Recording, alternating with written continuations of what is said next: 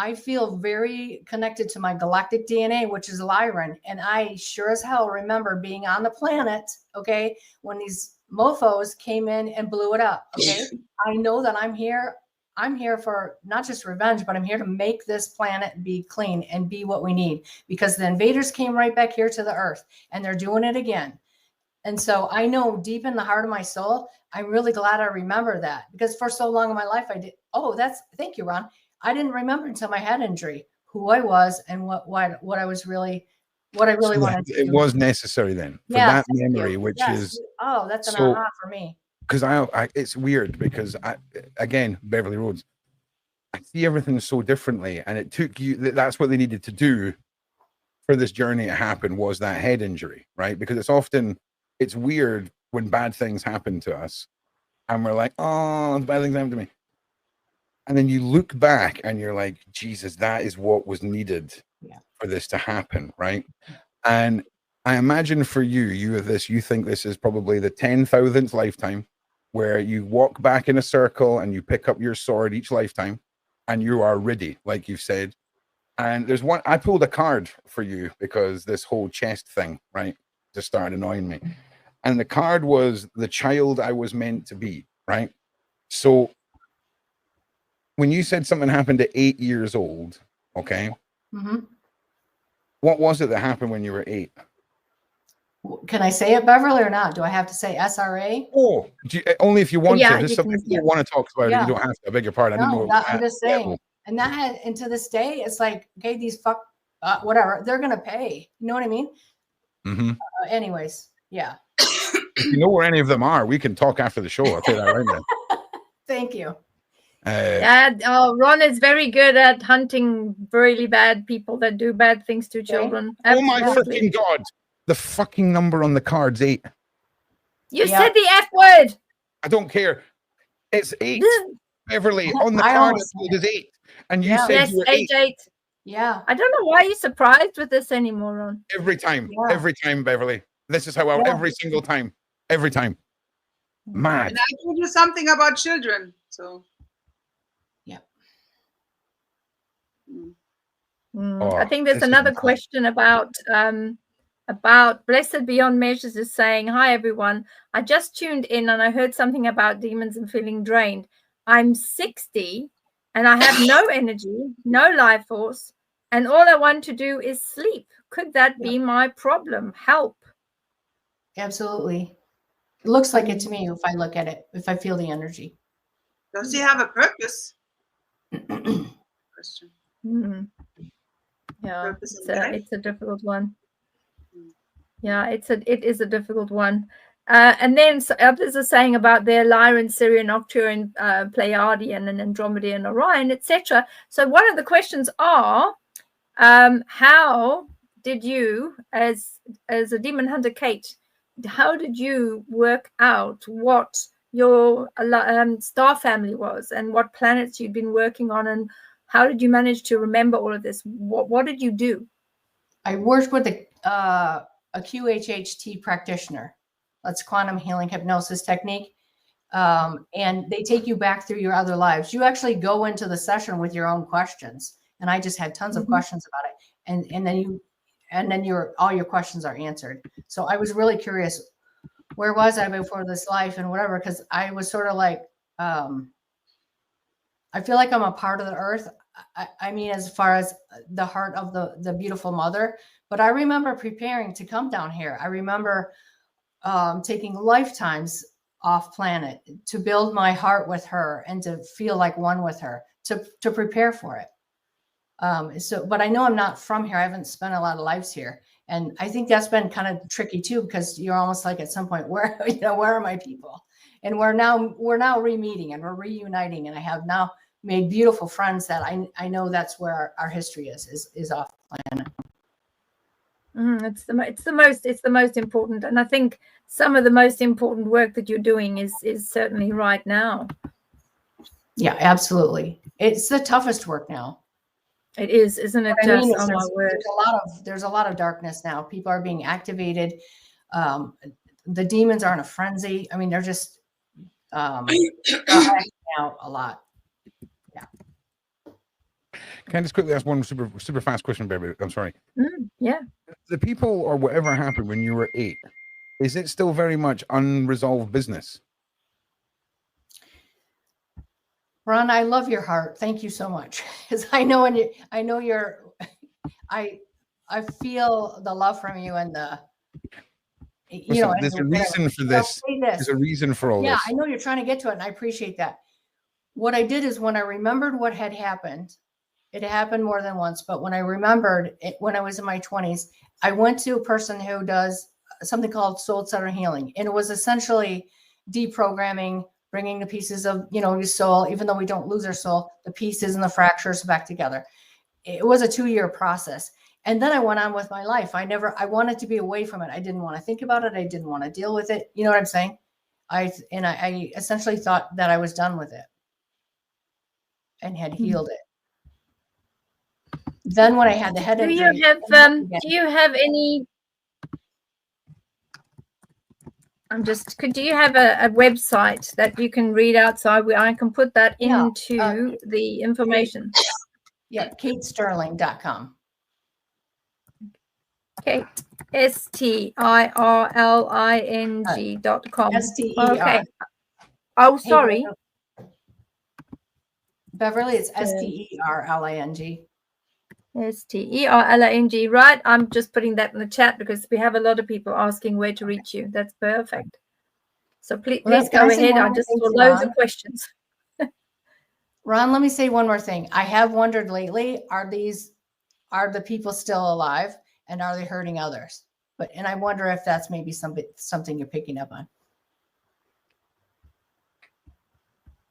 I don't know if I want to talk any more about what I think is going on online. Okay. Maybe you can tell me after the show. Yeah, even if you're not here for Asria's, but I would set up another room and send you a link in here because I need to chat about this. This is weird. All right. Well, we're getting lots of lovely ladies. Ron, could you put the Asria's information in somewhere at the bottom? Then I can just go down and fetch it and then talk through it because at the moment it's not there. Sorry, babe. Do you mean the scroller on the bottom, or do you mean Asria's? Yeah, Asria's. The report that she very kindly sent to us to go through tonight. Asria's not joining us. I beg your pardon. Sorry. No, she's not joining us tonight. I'm going to go through it on her behalf. She's had a discussion with me about what's in her report. So because we're not doing the live with James. Because that's like we did last week. She'll be here next week with the person that's been chosen. Oh, that's absolutely fine. Big shout out to Asria as well. Hope you're doing all right, my hopefully she's listening. Yeah, hopefully she's listening. So we said, has Kate got a website? Yes, we've just put the website in there. I just took it away. I'm an idiot. I'm sorry. No, that's right. That's okay. We've got another. We've got about 13 starred questions. We've got a new member here that I'm just going to say thank you very much. Kaja Savile, thank you for being a new member. And I will get to the other ones in a minute. So let me just hide that. So Asria is usually with us every Thursday in Awakening, and she had sent through these particular alien DNA overviews. And I know, Kate, you'll find this particularly interesting, and so will Salma, understanding all the different DNA that's beginning to awaken in individuals. So we have Christopher Robert Evans, who is Captain America, and he was born in 1981, and his dominant DNA is Assyrian. So you might have heard on other shows here, there, and everywhere, people talking about blue beings. So there are many different types of blue beings, including blue avians, but this one here is a Syrian blue alien being. So we'll get down to the rest of it. And let me just go down to the bottom. I don't know how we do that. How do we get to the bottom, Ron? Oh, sorry. Here we go. I beg your pardon. Ron. Yeah, Ron's back. I'm sorry. Bottom.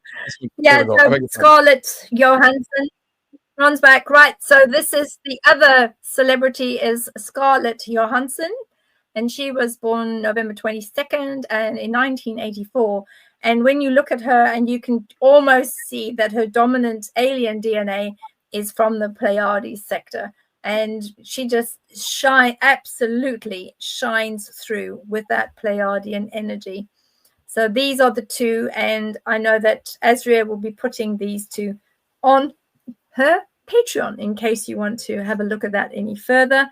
And then next week, she might be able to give us some further info about them specifically. But those are the two that were chosen for today's Alien DNA. And I hope that that resonates with everyone. Certainly, I think the best one is Scarlett Johansson, because the energies around the Pleiadian is absolutely super. Yeah, I find I can spot a Palladian or Palladian like easy peasy, right? I do. It's weird because I don't really know anything about them compared to the next off-worlder. You know, it's very somebody just we need an encyclopedia, Asria, please. In fact, we can maybe talk about something like that, because we need that. We need a point of reference where, like, I already want to know more, but I don't want to listen to anyone else. I want to listen to the woman who told me about the off-world DNA.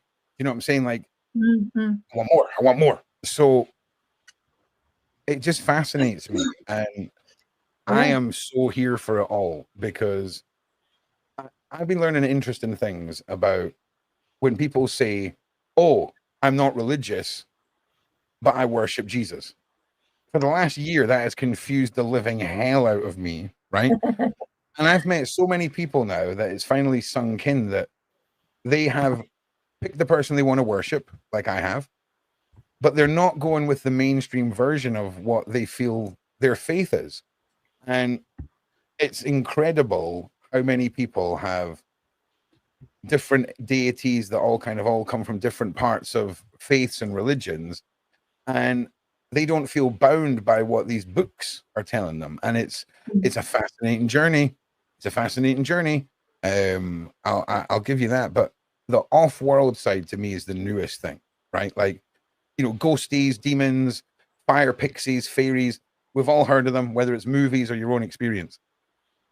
But when we start applying the most sci-fi style element to this journey for me, which is the off-world side of it all, it makes every single religion make sense to me, right? Every single one of them, when all these deities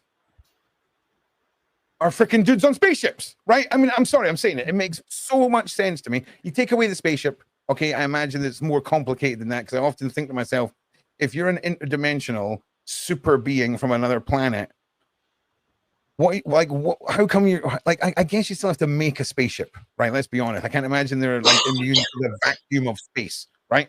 Like, so it always makes me wonder, like, the technology and all of that, and they're all sitting up on their big spaceships, and for some reason our belief in free will and intent, that is major to them, but it all makes sense. But at no point is there stories of galactic wars between Odin's fleet and, you know, Jeebus up in the sky. I feel like there's like a level of courtesy between a lot of these gods that I believe are in spaceships, and it feels like there's room for everyone. So I just want to say, if you're a religious person and you're what I would refer to as an extremist, okay, it's okay. We can all coexist. We can all coexist. There's room for all the gods. And when you talked, Kate, about physically seeing one, that was my experience with a god and how I became religious.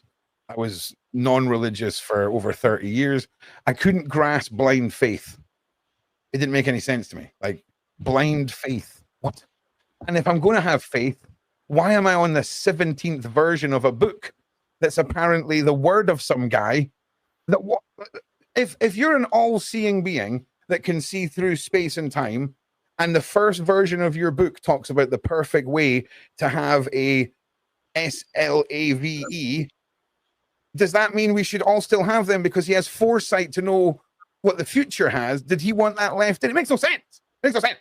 So when you bring man into it, that's where we have the problem, right? Because man has a curse, which is greed, power, and control, and all of this stuff. When you've seen that deity, it was that, how many times have you seen deities that you can identify, first of all, Kate? But does it just batter home just how prevalent all faiths are for you? Yes, the second part. That Yeah. was the first time I've seen that one.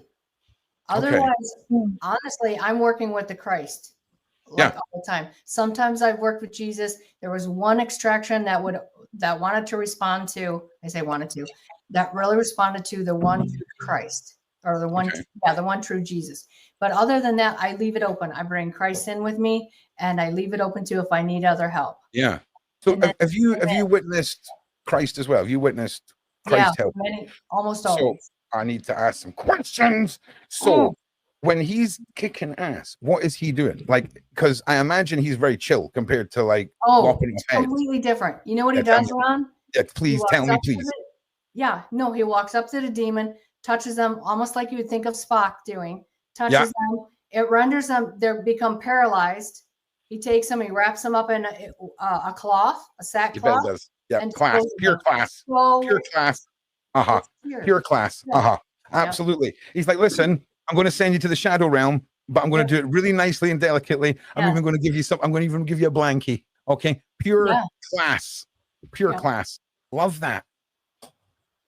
I'm telling you, man. Do you know? And when there's those that we know factually, there are some that absolutely give a lot of trouble, and just will not leave their chosen individual that they are attached to. And secondly, we have done pretty much everything we can.